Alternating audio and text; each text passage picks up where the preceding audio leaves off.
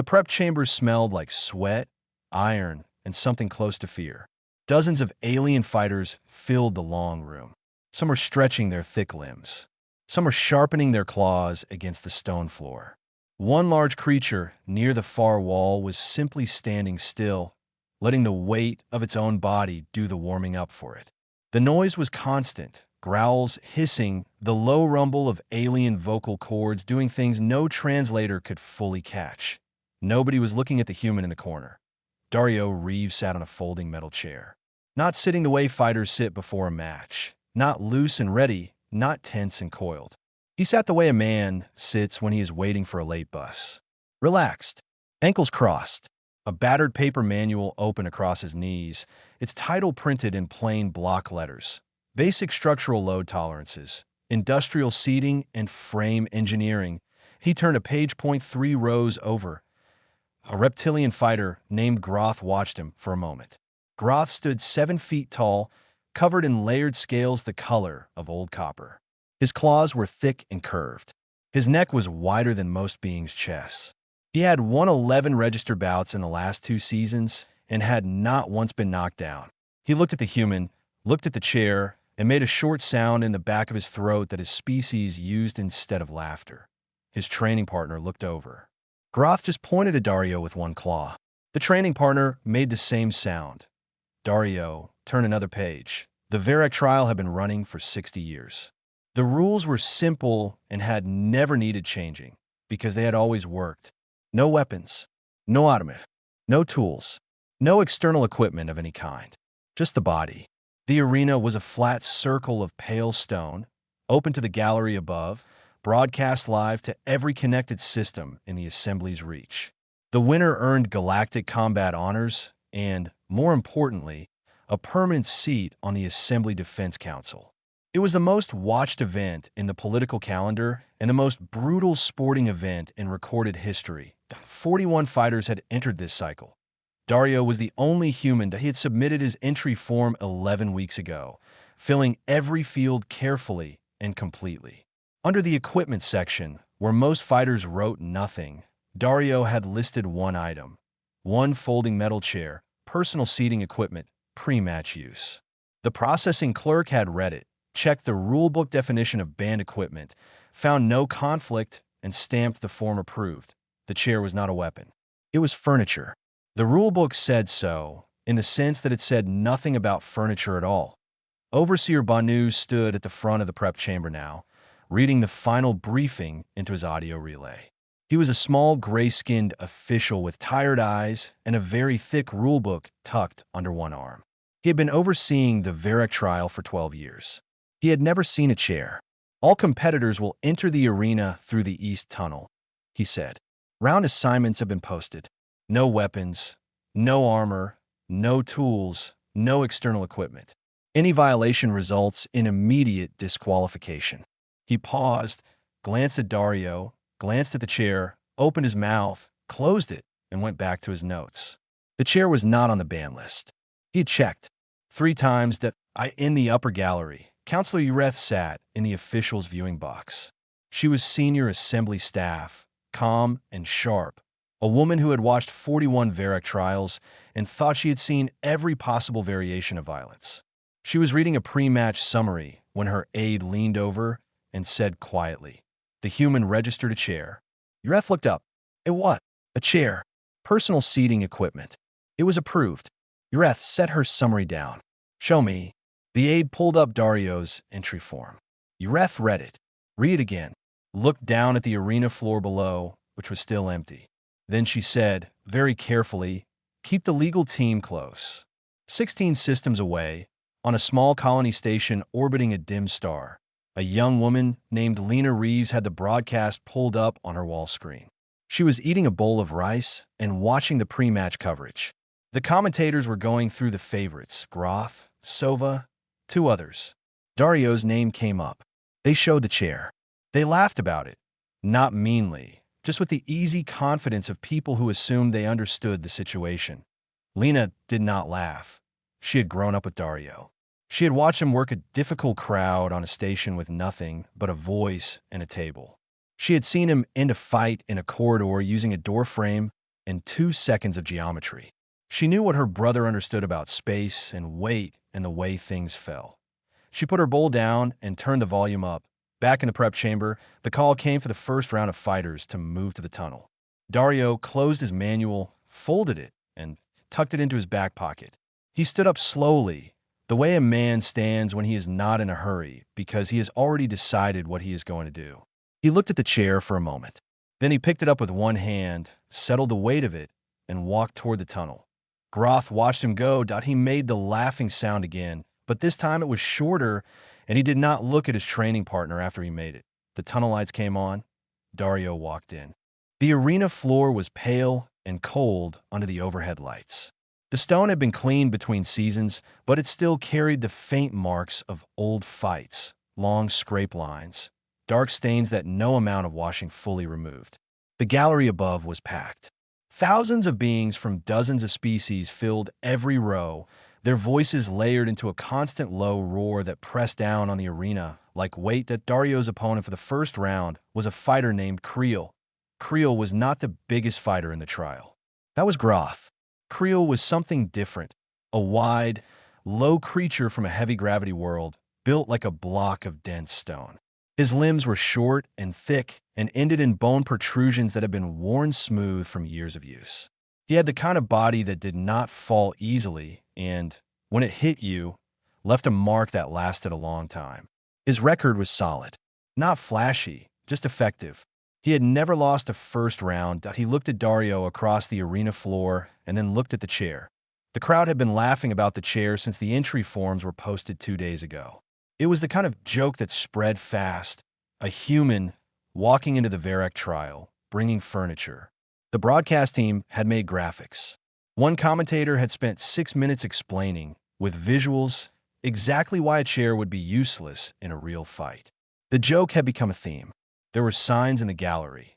Dario set the chair down behind him, legs on the stone, and stood in front of it. Creel charged. He was fast for his size, closing the gap in 4 heavy steps, arms wide, looking to grab and crush. It was what he always did, and it always worked. His mass and his grip strength were the fight. Close the distance, grab, squeeze. Simple. Effective. Dario moved left. Not a big movement, just enough. As Creel went past him, Dario hooked the chair leg behind Creel's left ankle with one smooth motion and let Creel's own momentum do the rest. Creel went down hard. The stone floor did not give. Before Creel could process what had happened, Dario was already there, the seat of the chair pressed down firm across the back of Creel's neck. Not crushing, not striking, just holding, pinning. The chair legs formed a frame around Creel's head, and Dario's full weight pressed down through the seat with calm, mechanical precision. Creel tried to push up. Could not get the angle. Tried to roll. The chair moved with him. He reached back and grabbed at Dario's leg and found nothing useful to grip. He tried for 8 more seconds, and then his hand hit the stone 3 times. The match was over. The arena went quiet. Not the quiet of a crowd holding its breath. The quiet of a crowd that did not know what it had just seen. 8 seconds. A fighter who had never lost a first round. Pinned in 8 seconds, not by striking, not by grappling in any form anyone recognized, but by a piece of furniture applied with the calm certainty of someone who had done this before in some version many times. Overseer Bonu stared at his rulebook. He turned to page 47, where external equipment was defined. He read the definition. He turned to page 92, where prohibited items were listed. He read the list.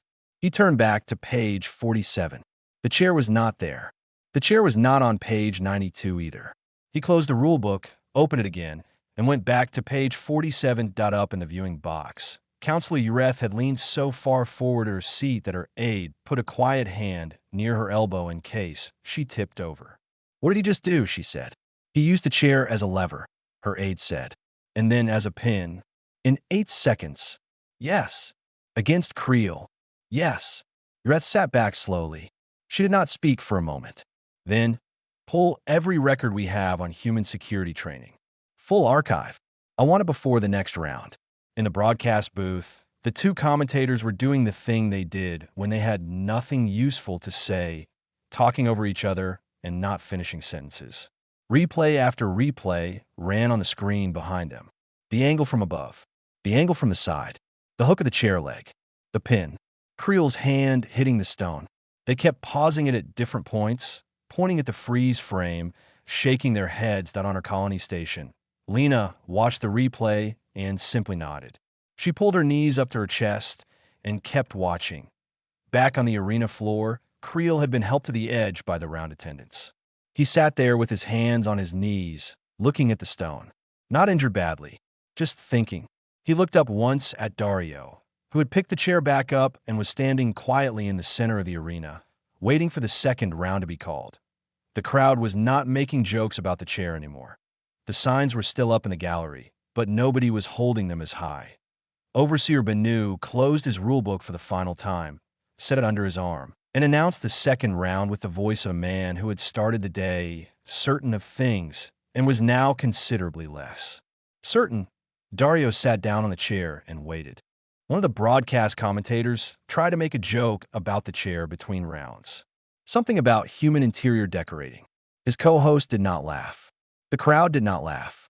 He cleared his throat and moved on to the round 2 matchup statistics, which were safer ground. The second round opponent was a fighter called Ren. Ren was from a species built for speed and ambush. Lean body, long limbs, 4 of them, the back 2 folded like a spring until the moment of the jump. Her kind hunted from above on their homeworld, dropping onto prey from tree platforms and high rock faces. In the arena, she was known for one thing. She got airborne, and she was very hard to deal with once she did. She had taken down opponents twice her size by landing on their shoulders and using momentum and grip together. Her win rate in the upper brackets was high enough that 3 different gambling systems had her as second favorite behind Groth. She studied Dario from her starting mark. She had watched the replay of round 1 during the short break. She had watched it 4 times. She understood what the chair leg had done to Creel's ankle. She understood the pin. She was not going to do what Creel had done, rush in straight and low. She was going to go over. She crouched. The crowd leaned forward. She jumped at IT was a good jump. Fast, high, angled perfectly for the shoulder landing she had used 40 times. For half a second, it looked like it was going to connect, and the chair was going to be irrelevant because you cannot trip something that is already in the air. Dario brought the chair up, 0.4 legs pointed out, angled at her, the seat facing back toward him. He held it like that, still, flat, from metal points extended in a neat square. And something happened to Ren that she could not have fully explained afterward. She saw the 4 points coming at her, and her body made a decision before her mind could override it. Her species had a deep instinct about things pointing at them from below. Claws, teeth, traps. The shape triggered something old and hardwired in her nervous system, and she twisted in the air to avoid it. The twist cost her the landing. She hit the stone off balance and stumbled, and Dario was already moving, the chair swinging low and catching her back leg. And it was the same geometry as Creel, different body, different approach, same result. She was on the stone. The chair was holding her there.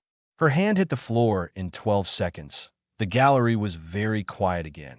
Then came the third round opponent, a wide-shouldered fighter named Breck, who had watched both previous matches carefully and had formed a plan. The plan was simple. Do not go low, do not go high. Go for the chair itself. The human was weaker without it.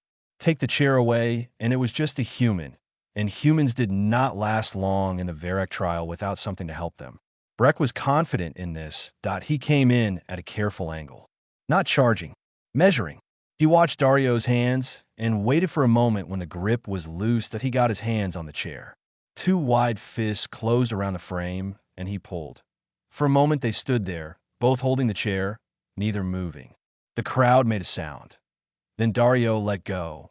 Breck stumbled backward 3 full steps, arms windmilling, the chair clutched to his chest, his own strength now working against him with nothing to push against. Dario was already inside the space. Breck had just opened up. He did not hit. He redirected, shoulder pressed to Breck's side, weight transferred, 1 foot behind Breck's heel, and Breck went down with the chair still in his arms, landing on his back with significant force. Dario took the chair back, stepped away, and stood still. Breck tried to get up. His back reported that this was going to take a moment. His hand found a floor point 13 seconds up in the viewing box. Counselor Ureth had stopped leaning forward. She was sitting very still now, the way people sit when they are thinking hard about something that has changed their understanding of a situation. Her aide had delivered the human security records she had requested, a thick data file covering crowd management protocols, station security procedures, and something called Controlled Environment Threat Response. She had skimmed the section on how human security officers were trained to operate in confined spaces with no weapons available.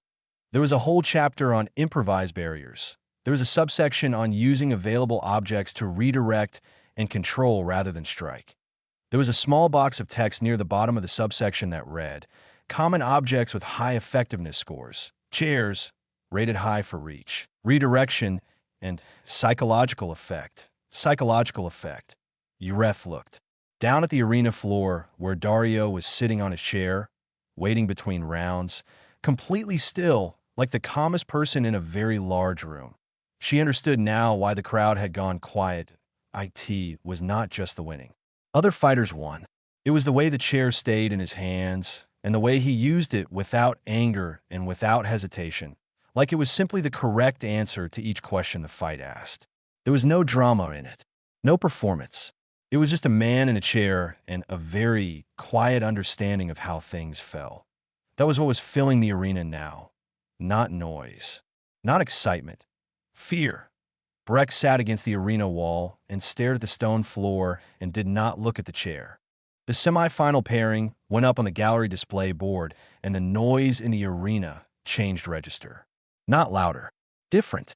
The kind of sound a crowd makes when it stops being entertained and starts being genuinely uncertain about what it is watching. Dario versus Sova. Sova had fought 60 register bouts. She had not lost one. Her record was not built on luck or a single powerful technique. It was built on the fact that she read opponents faster than they could act and committed to nothing until she knew exactly where the opening was. She was an insectoid fighter from species that had evolved in dense tunnel systems, where space was tight and hesitation was death. 6 limbs, fast, precise, and her bite carried a compound that caused 30 seconds of full muscle paralysis in most species. She stood at her starting mark and looked across the arena at Dario. He was sitting on the chair.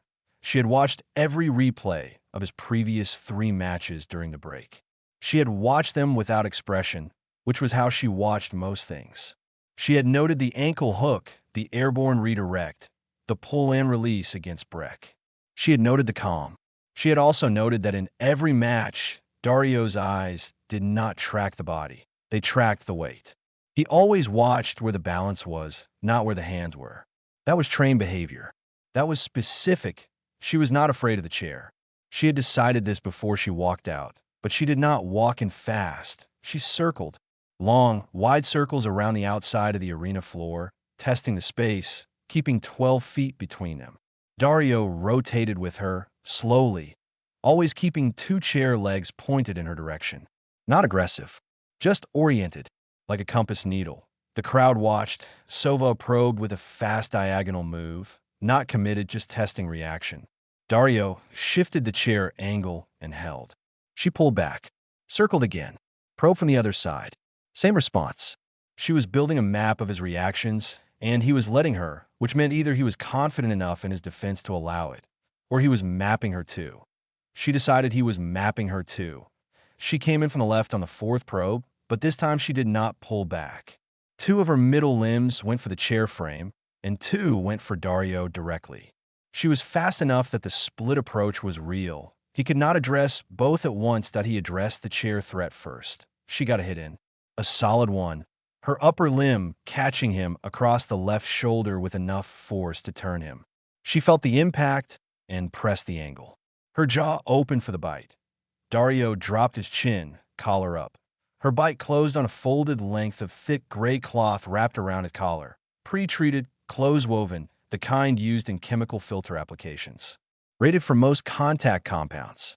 She registered this and disengaged immediately, already moving back, which was the smart reaction.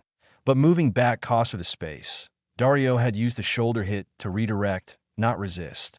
He turned with it, not against it, and the chair came around with a rotation, catching her middle right limb in the frame. He did not try to flip her. He trapped the limb and leveraged it against her own speed, using the direction she was already moving to fold her sideways and down. She hit the stone on her side. She was back up in under a second, which was fast. Dario was already 3 steps back, chair up, waiting. The arena crowd made a low sound. For the first time in 60 register bouts, Sova had been put on the floor. She stood and looked at him. He looked back. Both of them were breathing hard now.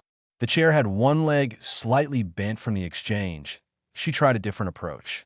All 6 limbs involved, low and fast, no single target, designed to overwhelm a 2-limbed opponent who could only block 2 directions. It almost worked that he got hit 3 more times. Real hits, not grazes. He used each one the same way. Turned with them, redirected, kept the chair moving as both shield and tool. It was inefficient and costly, and he was taking damage. But each time she committed to a closing move, the chair was there, and each time she pulled back, he was still standing. On her 5th attempt to close, she went for the chair leg directly. She got it. She wrenched it hard, and the weld at the base broke, and the leg came off in her hand. She stood there holding a metal chair leg. Dario stood there holding a 3-legged chair. The arena went completely still. That he looked at the broken frame, looked at her, looked at the detached leg she was holding. Then he adjusted his grip on the remaining 3-legged structure, shifted his weight to account for the new balance, and settled back into his stance, like the chair being broken was information, not a problem. Sova looked at him for a long moment. Then she looked at the leg in her hand. She set it down on the stone floor carefully.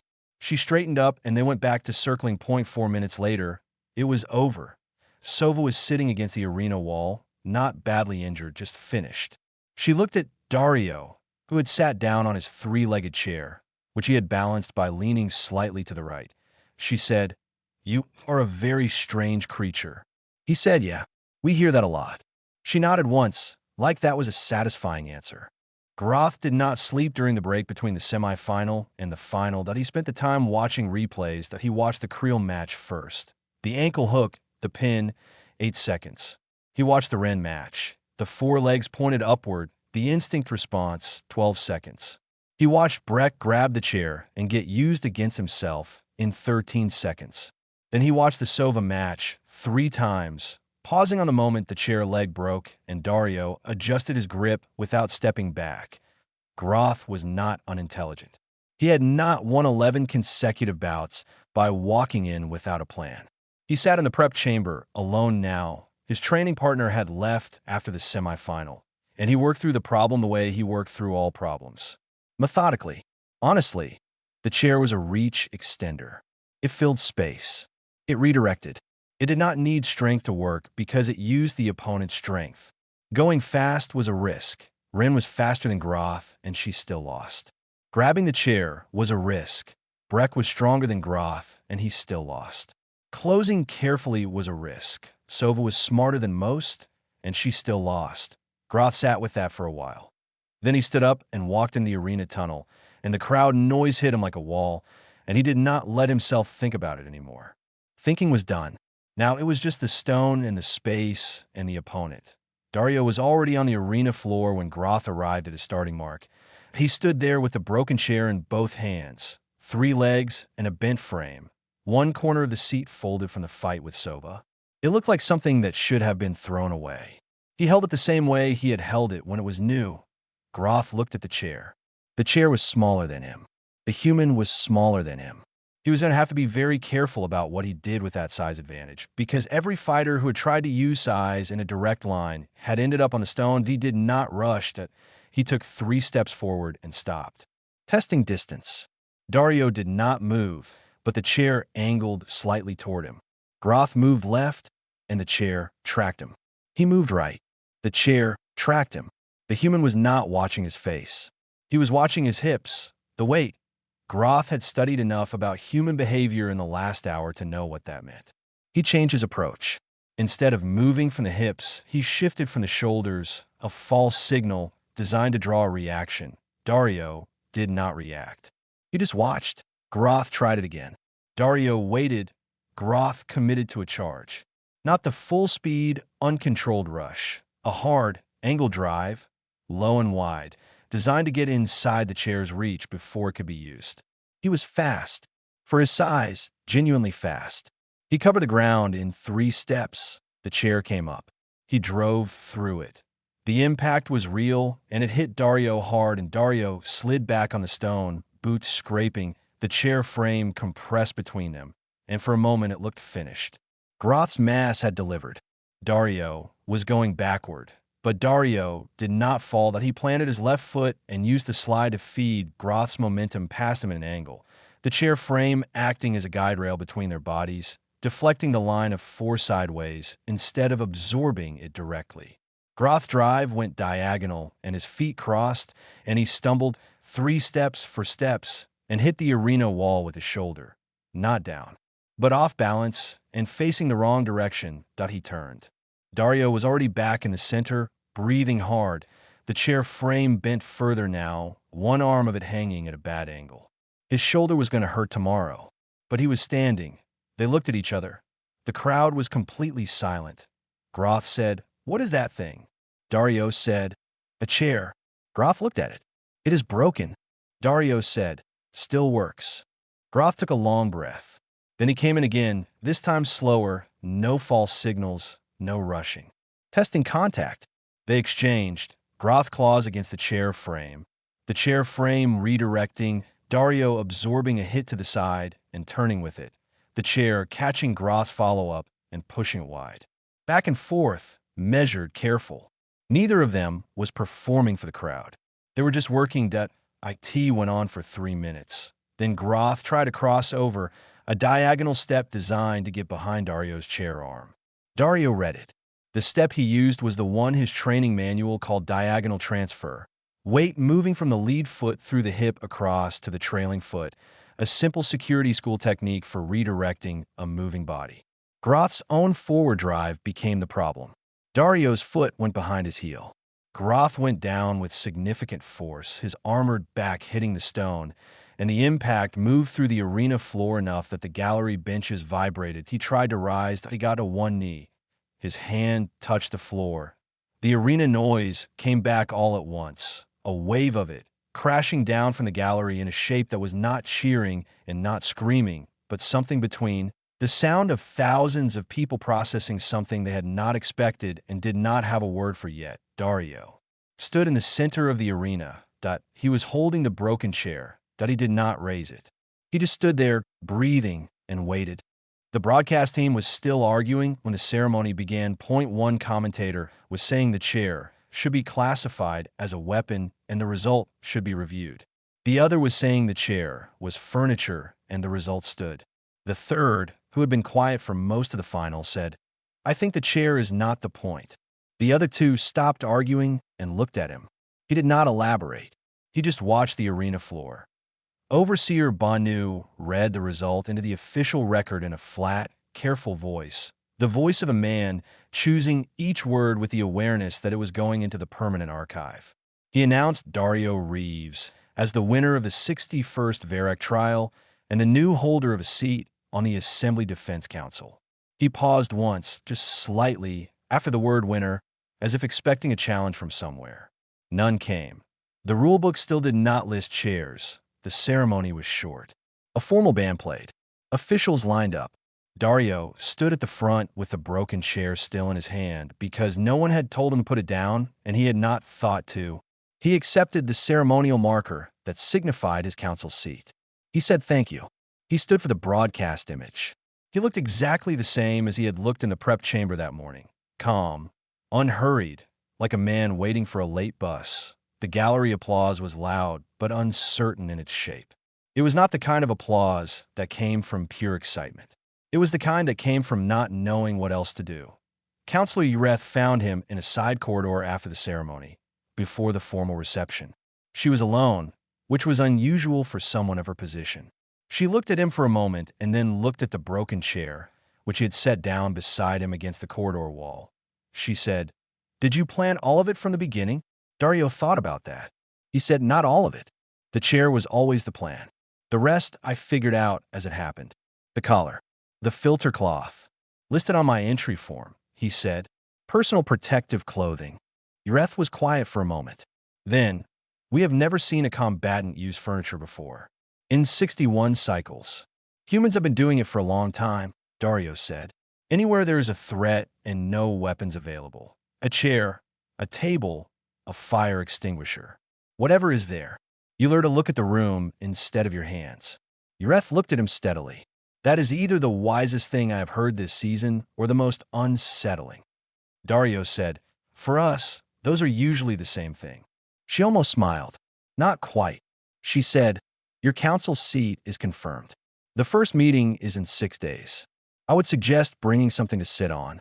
She walked back toward the reception hall without waiting for a response. Dario watched her go. Then he sat down on the floor of the corridor and leaned his back against the wall and let his eyes close for a moment. His shoulder hurt. His ribs had opinions. The corridor was quiet and empty, and after the noise of the arena, it felt like a different universe than on her colony station. Lena Reeves watched the post-match broadcast on her wall screen. The analysis segment was running. A commentator, the third one, the quiet one, was speaking. He said, the human did not bring a weapon. He brought a chair. And somehow that was worse. He paused. Not because the chair is dangerous. A chair is not dangerous. But because of what it says about the person holding it. A fighter who brings a weapon trusts the weapon. A fighter who brings a chair trusts himself. And trusts that whatever happens, he will find the right use for what he has. That is a different category of fighter. I'm not sure we have a word for it in the standard classification tables. The other commentators did not fill the silence after that. Lena watched the replay of the final one more time. The moment Groth hit the floor, the moment the crowd noise came back, the moment Dario stood in the center of the arena holding the broken chair and waited, still and quiet, like the result had never been in question for him. She turned the broadcast off. She sat for a while in the quiet of her small station room. Then she got up, washed her bowl, put it away, and went to bed. Back in the corridor, Dario stood up. He picked up the broken chair and looked at it. 3 legs. Bent frame. One corner of the seat folded over. A piece of furniture that had been through more in a single day than most furniture went through in its whole existence. That he carried it into the reception hall with him. He found a table near the back, away from the noise and the officials and the lights. And he set the broken chair down at it and sat in a new, perfectly good chair that was already there, provided by the venue. He folded his hands on the table. He looked at the broken chair beside him. He thought about 6 days from now, his first council meeting, the work that was going to start then, and the reasons he had come here. The room was full of noise. Dario sat in it the same way he always sat, like the noise was elsewhere, and he was already thinking about what came next. The broken chair leaned against the table beside him. IT had done its job.